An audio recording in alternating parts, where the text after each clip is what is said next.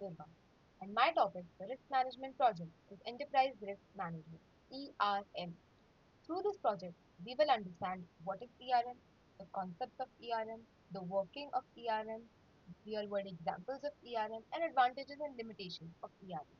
So let us start first by understanding what is ERM. Enterprise Risk Management ERM is a structured, organization wide approach to identifying, assessing, and managing risks that could affect an organization's ability to achieve its goals or objectives. Unlike traditional risk management, ERM takes a holistic view. It integrates risk management into strategy, operations, and decision making across all departments. So, why is ERM important? It is important because of these three reasons. Number one, it helps organizations anticipate and prepare for uncertainty and contingency. Number two, it protects assets, reputation, and stakeholder value of the company. And number three, it ensures regulatory compliance and continuity of the business. Now let us understand the key concepts of ERP. Key concepts and features of ERP.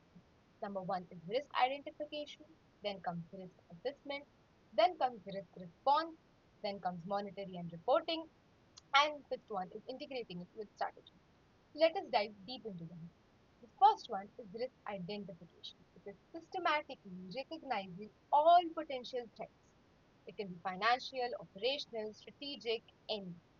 Number two is assessing the risk that has been identified, evaluating the likelihood and impact of the risk using qualitative or quantitative methods. Number three is risk response, responding to the assessed risk. You can choose to avoid, accept, reduce, or share the risk based on your risk appetite. Number four is monitoring and reporting, continuously tracking the risks and communicating it to the management. And number fifth is integration with strategy, embedding risk thinking into every layer of planning and everyday business decisions. Now let us understand how ERM works, the process and mechanism of ERM. It goes as follows: objective setting, risk identification, risk assessment, risk response, monitoring and controlling. Number one is objective setting, setting up an objective. Second, identifying all the potential risks of that objective or goal. Number three is assessing the risk that has been identified. Number four, responding to the risk. And number five, monitoring and controlling it regularly. Let's take a simple example. Therefore, there is a bank that identifies cyber attack as a risk. So the risk has been identified. What it does next, it assesses the risk as high likelihood and high impact. So the risk assessment is done. Number three is responding to the risk.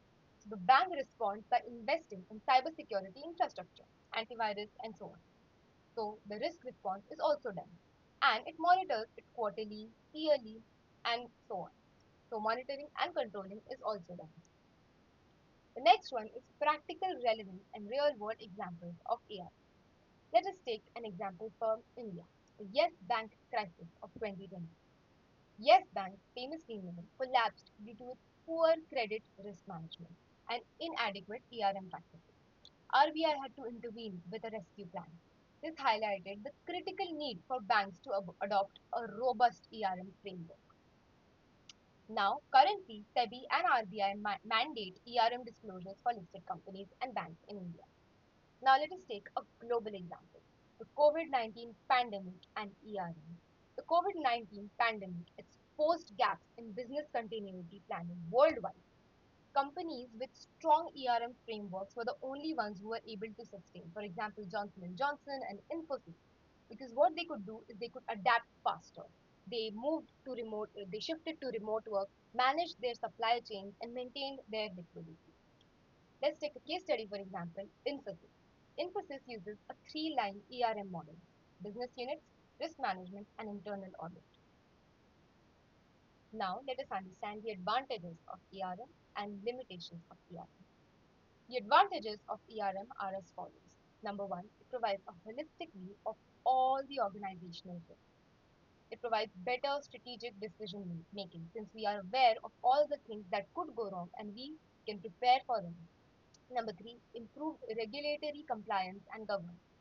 Number four, it protects the company's reputation and stakeholder trust. And number five, because we have identified, assessed, and responded to all the risks, we end up reducing our financial losses. Now let us move towards the limitations of ERM.